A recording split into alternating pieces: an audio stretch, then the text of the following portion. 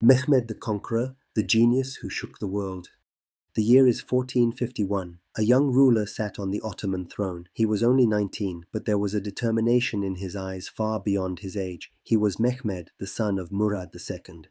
While his father bore the weight of the state on the battlefield, he grew up among books. He wielded the pen as skillfully as the sword. At night he gazed at the stars, drew maps, and memorized the names of distant cities. But one name shone brighter than all the others: Constantinople. From a young age, Mehmed received an extraordinary education. Great scholars of the era, Akshemseddin, Molla Gurani, and Molla Husrev, were his teachers. He learned Arabic, Persian, Greek, and Latin, mathematics, astronomy, philosophy, engineering. By the age of 15, he was knowledgeable enough to discuss the future of the state. But his greatest strength was not only his intellect, it was his determination. Even when told, "That city cannot be taken," he replied, "There is no such thing as impossible." The conquest of Constantinople, the victory that ended an era, 1453.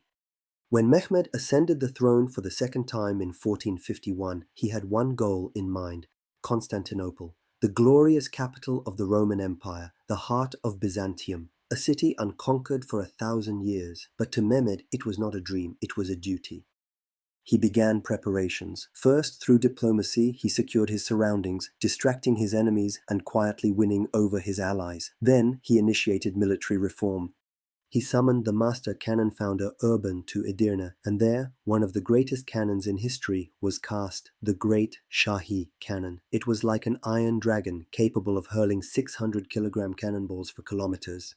He would also attack from the sea. To bypass the great chain of the Golden Horn, he devised an incredible plan. He carried his ships overland. On greased logs, in the silence of the night, hundreds of Ottoman ships were rolled over the Galata hills and lowered into the Golden Horn. When the Byzantines awoke the next morning and saw the ships before their walls, they were struck with terror. And throughout the 53-day siege, walls, stones, swords, and prayers clashed in unison. On the morning of May 29th, 1453, Mehmed's voice echoed across the battlefield. "Either I will take Constantinople, or Constantinople will take me." As cannon fire shook the city, the first Ottoman flag was raised on the walls by Ulubatlı Hasan. The city fell. Constantinople was now Istanbul. When Mehmed entered Hagia Sophia, he took no revenge, spoke no hatred. He knelt and prayed, "Praise be to God who granted me this victory."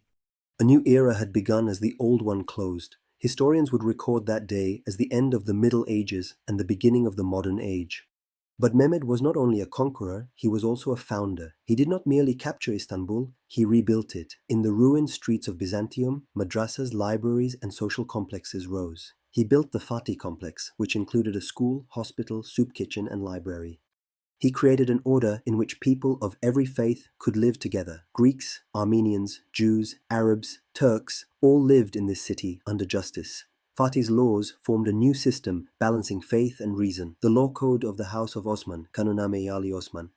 After the conquest of Istanbul, Mehmed did not rest. He was a ruler who did not know how to stop. On his path to becoming a ruler of the world, he launched campaign after campaign.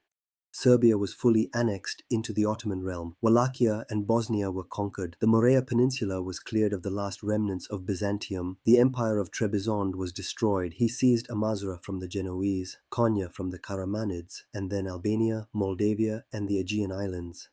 At sea, the Ottoman banner now waved proudly. The admiral Hızır Reis, long before Barbarossa, carried Ottoman power into the Mediterranean. Fatih transformed the Ottoman navy into a formidable force. But his gaze reached even farther. He dreamed of conquering Rome itself. Across Europe, the mere mention of this young Turkish ruler's name struck fear.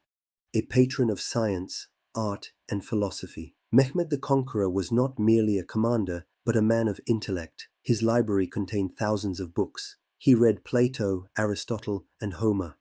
He invited the Italian painter Gentile Bellini to his court and commissioned his portrait. Mathematicians, engineers, and artists worked under his patronage. During his reign, Istanbul became one of the intellectual centers of Europe. One of Fatih's greatest traits was his questioning mind. He neither followed faith blindly nor rejected science. To him, knowledge was the light of faith. He initiated a renaissance aimed at reviving the Islamic world. Even his final days were spent on campaign. In the spring of 1481, he once again led his army. No one knew exactly where he was heading. Some said Rome, others Rhodes or Egypt. But on the way, near Gebze, he suddenly fell ill. Silence fell upon the camp. On May 3rd, 1481, at the age of 49, Sultan Mehmed II the Conqueror took his last breath, one of the greatest leaders in history. When he died, he left behind a 25-year reign, over 200 conquests, and a new era. When his body was brought to Istanbul, the city wept, and the words that echoed through the palace walls were these: "A ruler of the world has passed, and the world fell silent." Mehmed the Conqueror was not only a taker of lands, but a builder of civilization. He united strength with justice, faith with science, the sword with the pen. With him, Istanbul was reborn. With him, the Ottoman state became an empire. And with him, world history was divided in two, before the conquest and after the conquest.